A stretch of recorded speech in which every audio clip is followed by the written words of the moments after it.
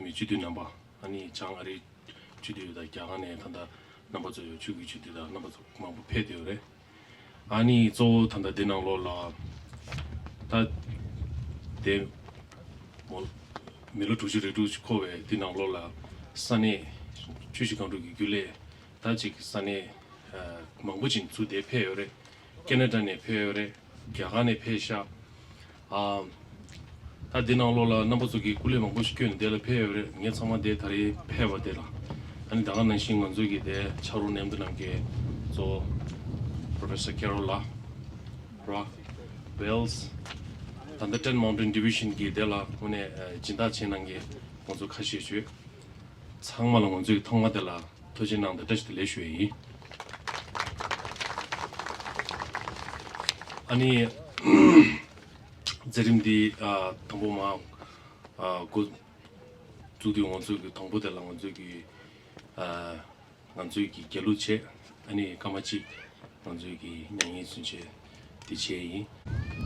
Si pende te kuchuve te ute sambe no be namba tendi no ti kya che kyo we ku ti le ki ro zo ke do je kam so te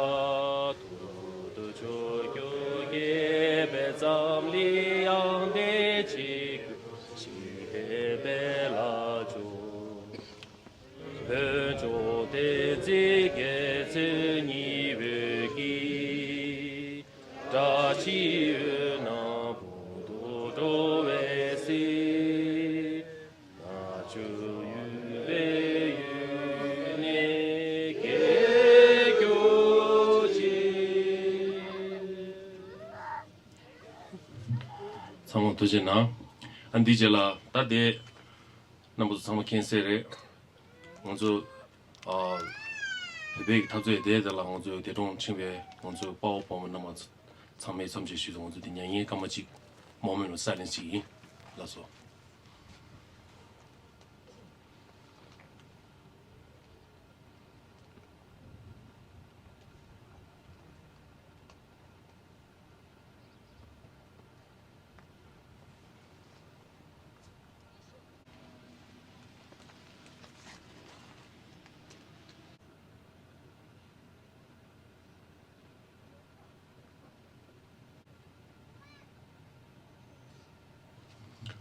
Tojina.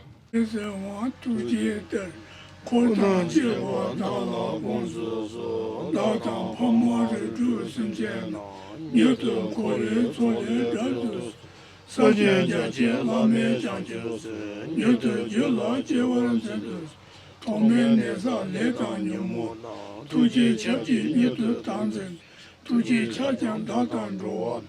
The watching Shinto Tando so, Obama, Jerezewan, Sarah Kundo, Gave Shinzen, Mano Lanza, Lebertani, Yutu Sanji Sala, Yatu So, Namura Natayaya, Namo Ayajana, Sangara, Berozana, Wayuha, Ranzaya, Tatangataya, Arahati, Saya Sambudaya.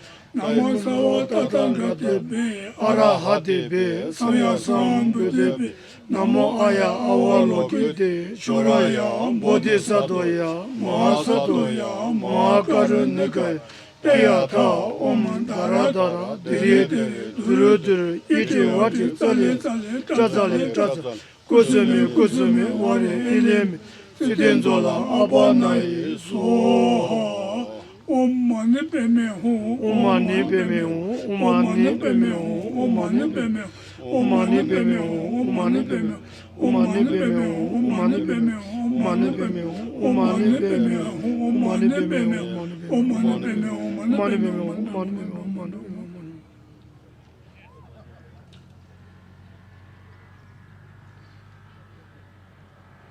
omani beme Gewandi nyetu da shire wandu jene Noachi jamale wate sata Gobara sho janyamba Kone kondu pewara sho Tunye tawaru moche bana cheche Gewa nyamba mebaya Kone kondu pewara sho Pende jone Demba tashenje Tende jewa tamshen Kungomsa Lichen kola techenjo Sanje temba tato Jejuru chi Kare rave kore shinga Pendan dewa mani joye Shere zewa tenzen jansu Shabe sende patu tenjuru chi Kare rave kore shinga Pendan dewa mani joye Shere zewa tenzen jansu Shabe sende patu tenjuru chi Kare rave kore shinga Pendan dewa mani joye Shere zewa tenzen jansu Shabe sende patu tenjuru chi Gewandi nyutuda shari ziwan dujun ruwati jamali te salango barasho. 춘주 돌도 쉬어나 사디 같이 자친구에게 넘버서 드린 데라 원적이 이제 가실 수 넘버서 드는 쉬이 다가난시 데도 차시나 프로페서 캐롤라기 빠르기 토네 고빠르기 토네로 데를 두즈망부 슈타요레 이제 디니 파시비네 디 유시비나 두즈망부 슈타네 다데라 냠시 망부치 체네 원저 탐메데라 아니 스타디 혼에 데라 임베 조지 라트치 다틀레 원저 데라 뒤케반치라 데라 페와데라 아니 프로페서 캐롤라기 데라 지기데라 DCG 인도시 캐롤나 슈에이. So I would like to call Professor Carole and do the opening over here. Thank you so much.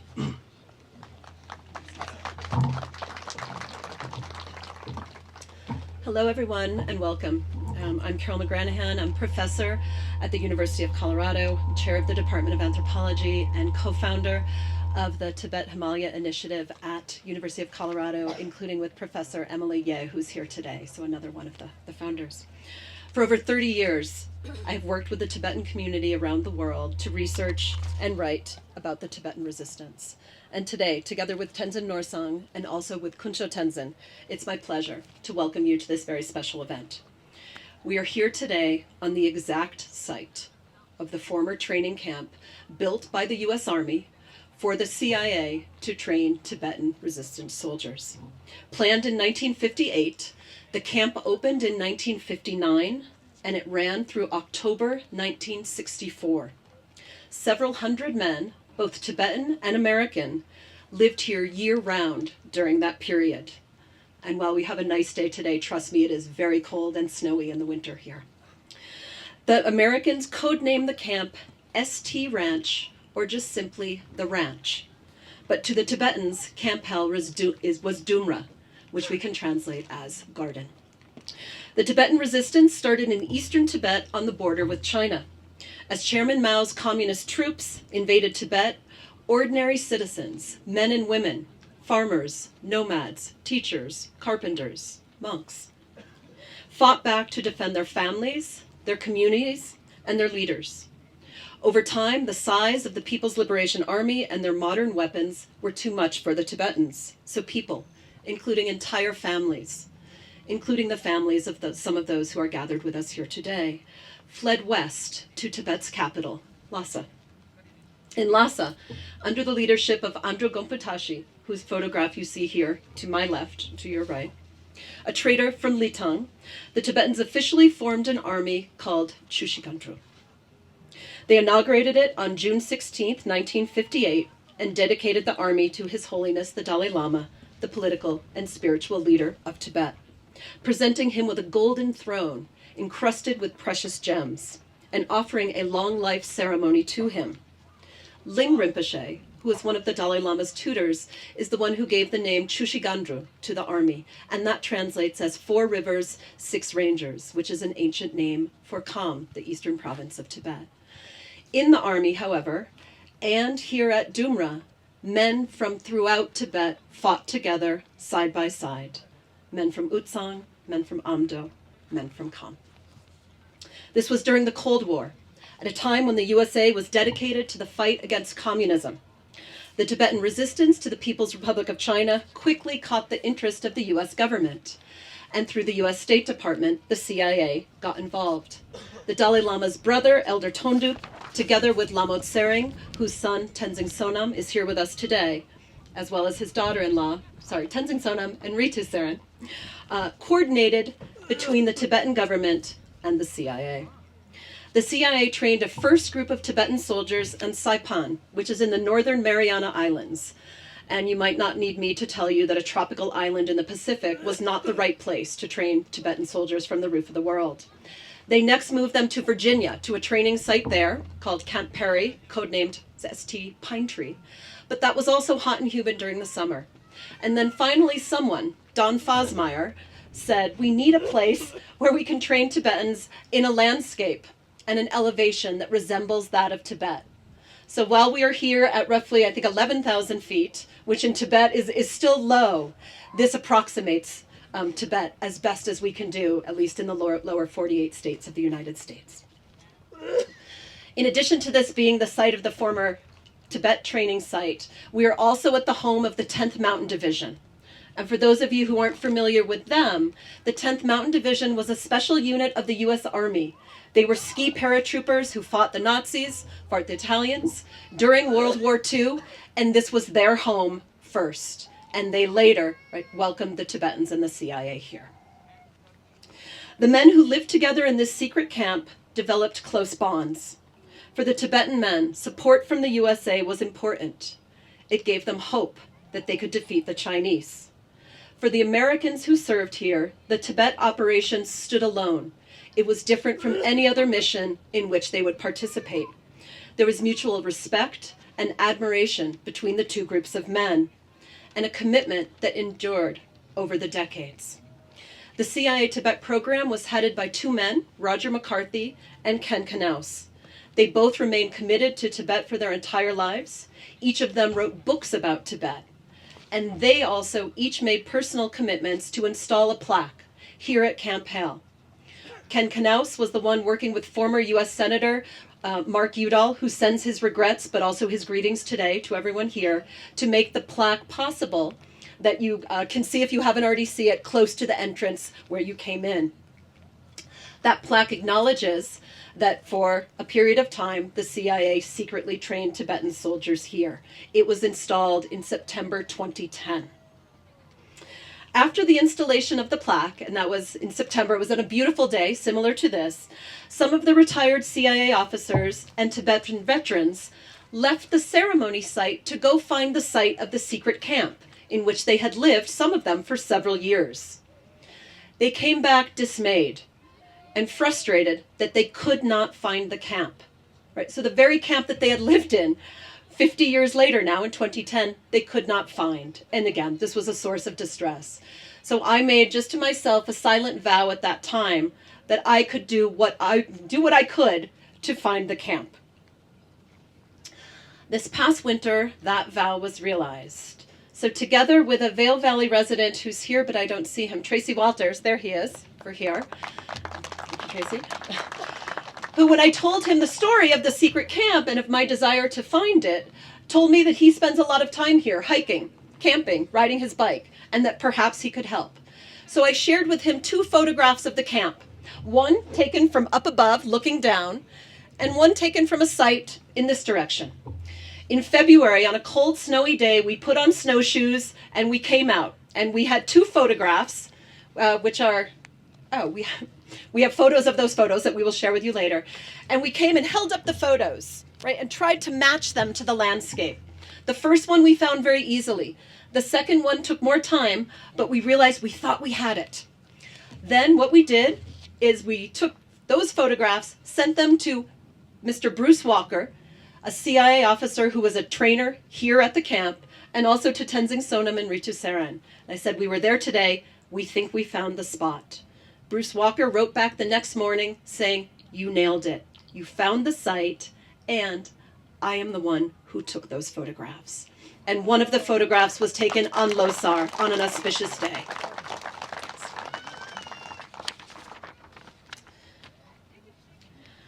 So in addition to having Mr. Bruce here with us today,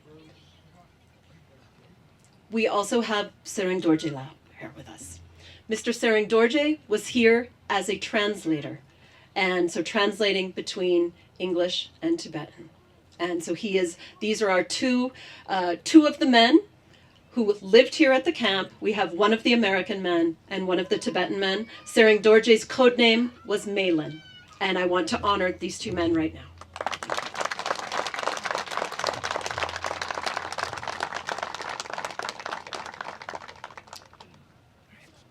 So we are here to remember, right, and to honor those who lived together at Dumra, the Tibetan men, the American men, most of whom now have passed away. These men, again, developed friendships and bonds that lasted over their lifetimes. So right now, where we are, I believe, and we can match it up in your program, you can look at the photos, I believe this is the site where the Tibetan dormitories or barracks were located. The majority of the camp was in this direction. So we are on the perimeter of it here. And after the ceremony, I invite you, if you are, the ground is a little uneven, so take care, but to walk around and to see if you can match up the photographs in your program with the map that we've provided for you. The CU Department of Anthropology is going to continue its research here on the footprint of the camp. And so I've already done cultural anthropology work and historical work, but we're going to add in archaeology work. And actually one of my archaeology professor colleagues is here. And so to help, we're going to do geomagnetic, imaging, all sorts of technological stuff that will be new to me, drone work, where we can actually map out the footprints of the buildings and find out what was there.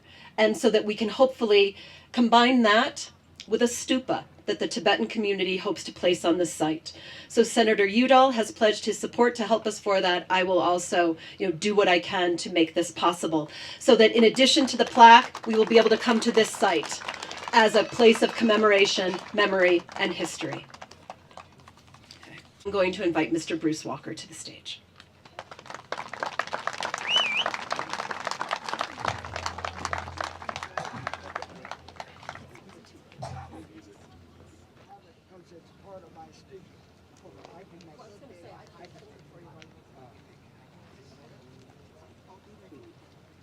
Okay.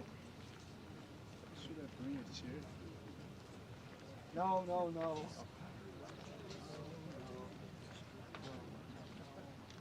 Watch your foot there. Yeah.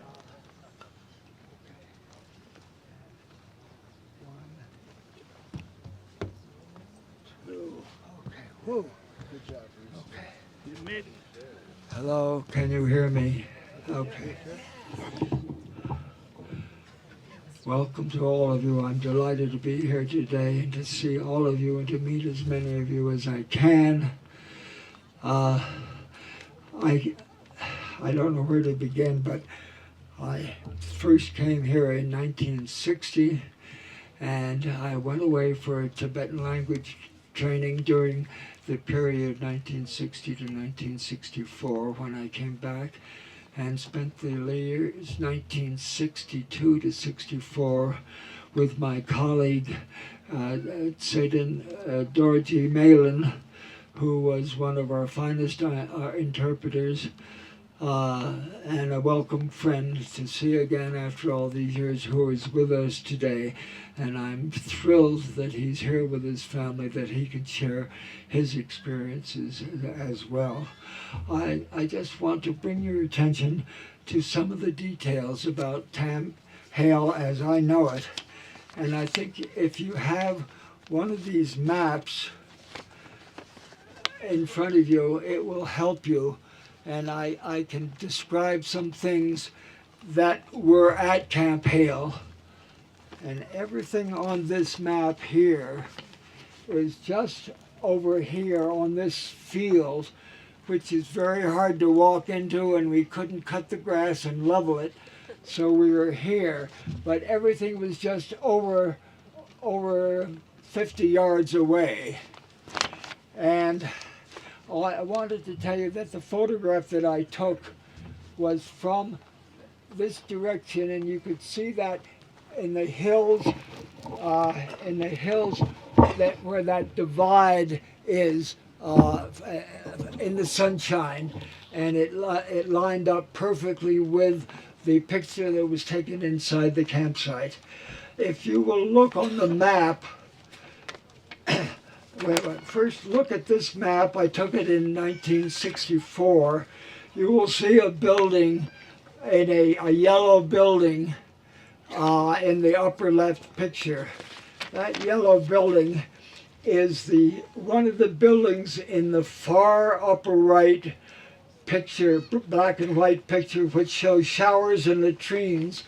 That was just less than 100 yards away, where one of the 3 Tibetan dormitories or sleeping area huts was located. I slept in the staff barracks, which was just a little bit further away, and I spent a lot of time giving instruction in the classroom. And we can basically visualize the layout. The gymnasium, which was specially built from 1962 to 1964, is where a little beyond where the white man in the white shirt and the pugu in the distance. And I took the picture from up on that hill, on that top of that hill. I took the picture looking down. So, and this incidentally is a photograph taken from a satellite, and it's an unusual photograph because it shows the 2 classroom buildings that you wouldn't have been able to tell from the photograph. It's kind of an anthropological footprint, and this is the administration building next to it. So that's part of the anthropology that Carole and her team are trying to complete and to make further history about Camp Hale. I spent time in the classroom. I was an instructor, a gegen, so to speak. I would teach how to use a compass, how to read a compass, and how to make a compass course around the area of Camp Hale in order to read special Tibetan maps that the CIA had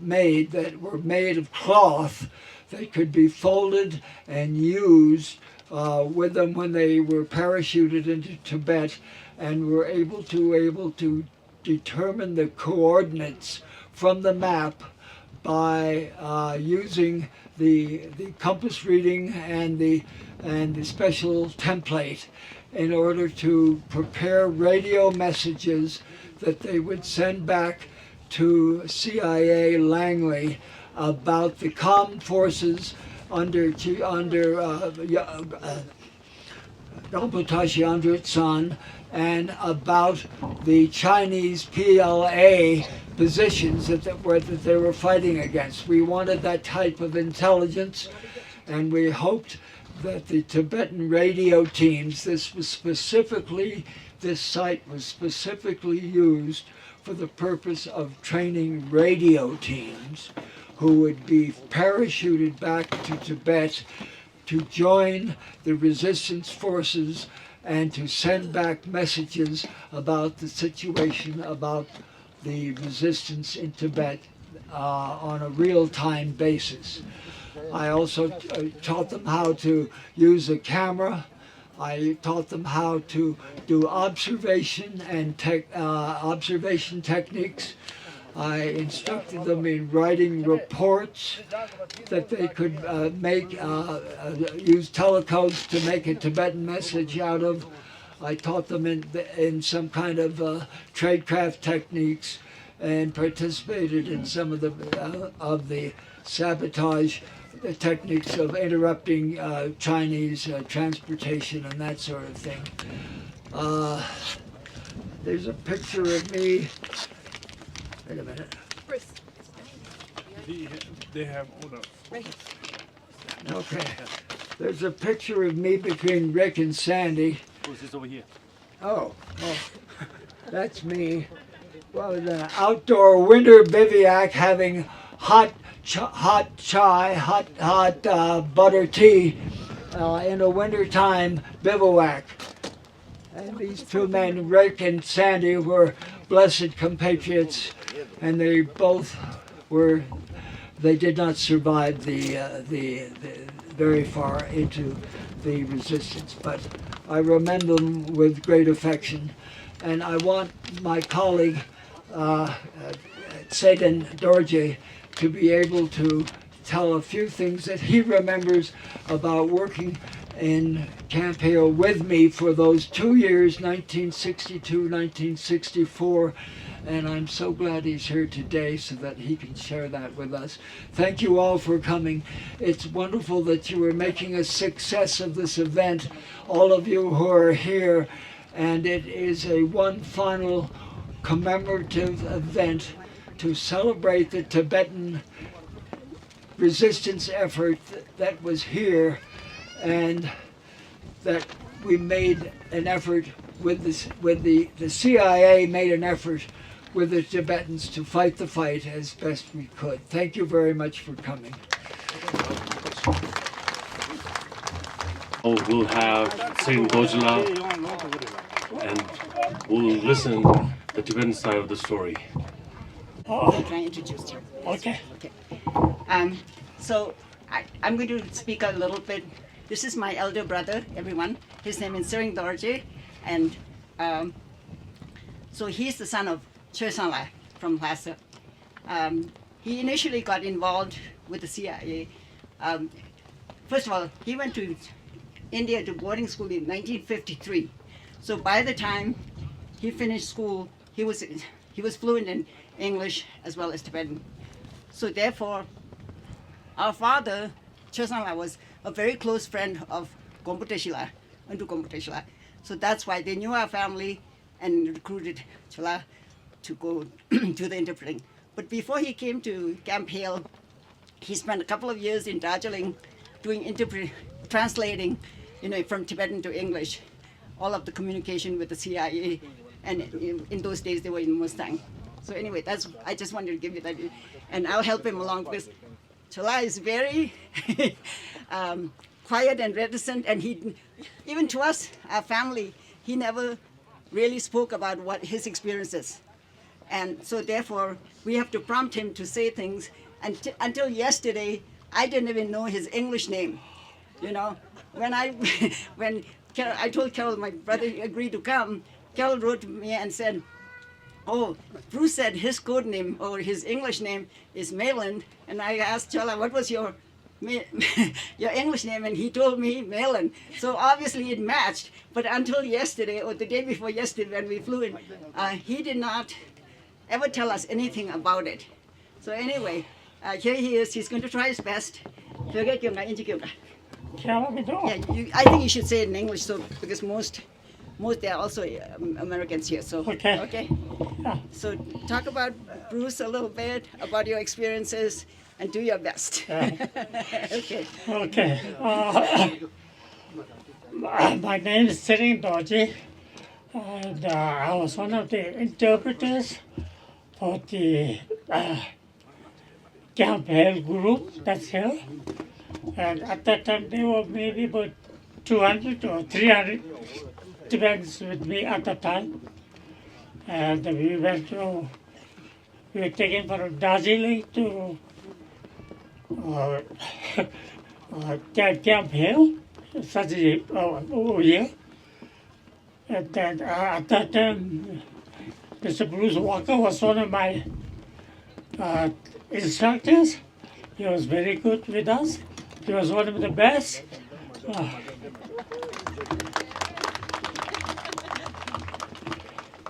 And at that time, I didn't know where I was.